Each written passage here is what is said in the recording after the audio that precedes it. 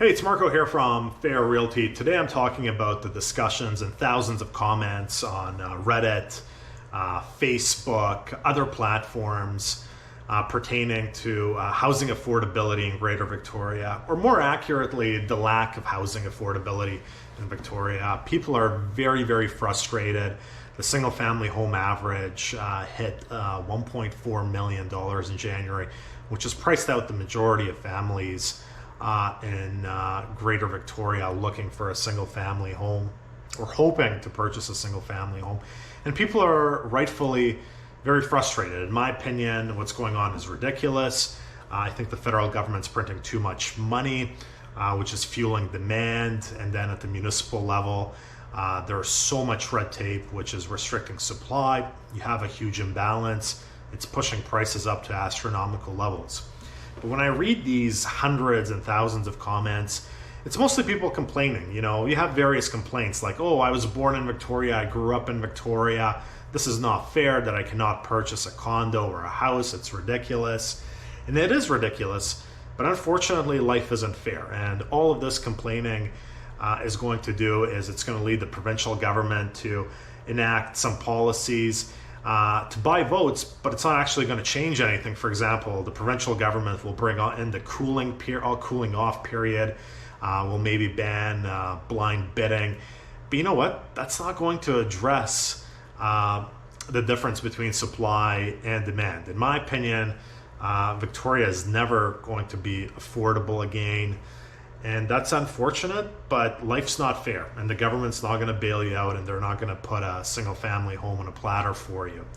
Life in general is not fair, whether it comes to health or career, business. For example, I'm sure everyone knows someone that they feel might not be as intelligent as them, or they don't work as hard as them, but yet they have a higher position within the institution, or they do better in business for whatever reason. Life is simply not fair. So in my opinion, you know, instead of continuing to complain just in general, I don't mind people complaining about specific things like we have too much red tape at the municipal level, or the federal government's printing too much money.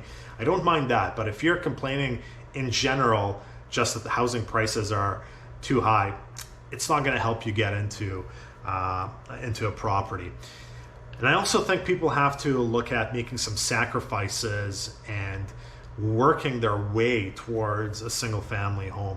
For example, my first property was $199,000. It was a small condo downtown that I bought as a pre-sale in 2009. It had no parking, so when the condo was finished and I was living there, I would work till 6 p.m. every day, and then I would go home at 6 p.m. because after 6 p.m. I could park in the street and get away with it. Before 6 p.m., you could get a ticket. The condo I bought also had no bedroom window. It was kind of like a studio, but had some walls. But I had no window in my bedroom. And you know what? I made it work. It was affordable to me. I went back to school, got my master's, switched careers.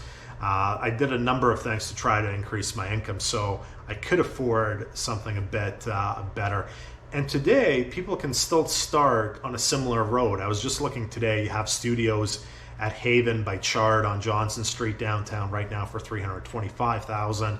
There's another development that has studios across from Mayfair Mall starting at $329,000.